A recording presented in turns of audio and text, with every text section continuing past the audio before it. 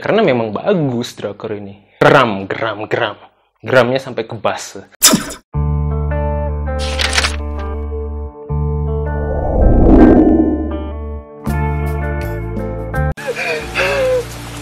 이 새끼야. 편지에 적힌 그 문장 하나가 얼마나 힘이 됐는지 몰라.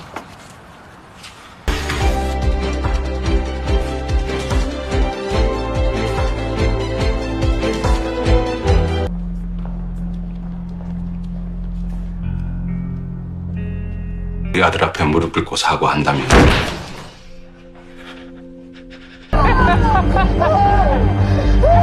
Ya, halo, selamat datang kembali di konten Mata Nawa, yaitu dimana saya akan mereview sesuatu berdasarkan mata dari seorang Nawa dan berdasarkan sudut pandang dari seorang mentalis. Ya, pada kali ini saya akan mereview satu drakor yang cukup populer pada awal tahun 2020 ini, yaitu Itaewon Class.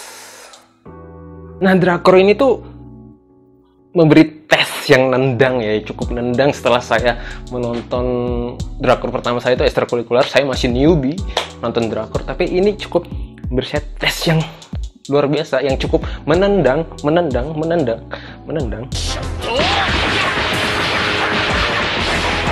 Karena ceritanya itu melekat di kepala dan ngeblur aja. Ceritanya itu melekat di kepala dan soundtracknya itu bikin nempel, nggak bisa lepas. Apalagi setelah nonton drakor ini, saya jadi suka original soundtracknya, sering mendengarkannya. Ya karena memang bagus drakor ini. Drakor ini menceritakan tentang seorang pemuda, yaitu namanya Sairoi, yang ingin membalas dendam terhadap bos perusahaan jangga. Jadi perusahaan jangga ini kayak restoran makanan yang punya franchise banyak lah, yang terkenal, yang hebat, yang top di Korea, terhadap presidennya itu dan anaknya. Jadi bapak dan anaknya, dia pengen balas dendam. Kenapa? Karena gara-gara mereka, si bapaknya Sairoi ini meninggal. Kasusnya itu arahnya karena di sini tuh ironi memang benar ya, kalau punya kekuasaan itu hukum itu tumpul ke atas tapi tajam ke bawah. Di sini tuh benar-benar kelihatan seperti itu. Dimana jika kita punya kekuasaan, kita bisa memanipulasi hampir segalanya. Dan si Sairoi ini geramnya sampai kebas. Geramnya sampai kebas. Oke. Nah, dia itu membalas dendam dengan cara dia ingin membuat suatu perusahaan tentang makanan juga yang lebih besar dibandingkan perusahaan jangga ini, ya, perusahaan jangga. Dan dia berusaha untuk menguak sisi gelap dari perusahaan jangga ini, bagaimana punya hal-hal yang sebenarnya tidak boleh dilakukan, kayak penyalahgunaan kekuasaan, kayak tadi memanipulasi kebenaran yang ada menutupi fakta, bahkan ada korupsi, atau pokoknya hal-hal gelap perusahaan jangga ini ingin dikuakkan juga. Dan intinya ingin dihancurkan, ingin membalas dendam. Terus di drakor ini tuh kayak memberikan itu suatu pelajaran yang luar biasa, ya, kayak itu kita harus bekerja keras untuk bisa sukses, mengajar kita dari bisnis atau apapun itu, dari suatu yang benar-benar rendah, suatu yang benar-benar terpuruk, sampai pada akhirnya benar-benar top. Luar biasa banget sampai jadi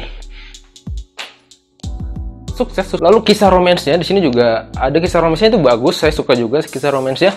Yaitu si Sairoi ini, pemuda ini diperebutkan oleh dua orang wanita, masa cowok. Dua orang wanita yang mereka ini berdua saling bersaing, siapa sih yang akan mendapatkan si Sairoi ini, siapa sih yang akhirnya mampu memiliki si Sairoi ini.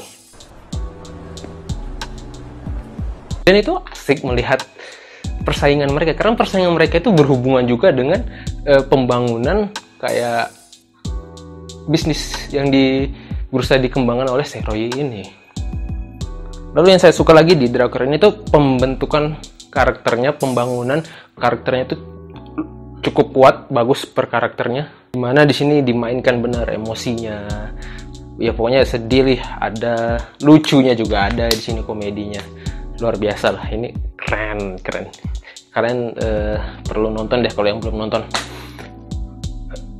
Kalau saya sendiri, saya memberikan drakor ini 4 mind blowing. Saya beri 4 mind blowing.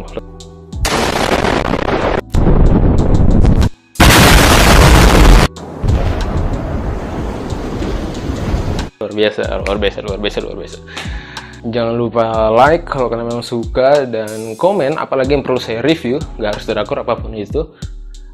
Juga subscribe, jangan lupa subscribe, itu yang paling penting, subscribe, dan kalau perlu nyalakan loncengnya.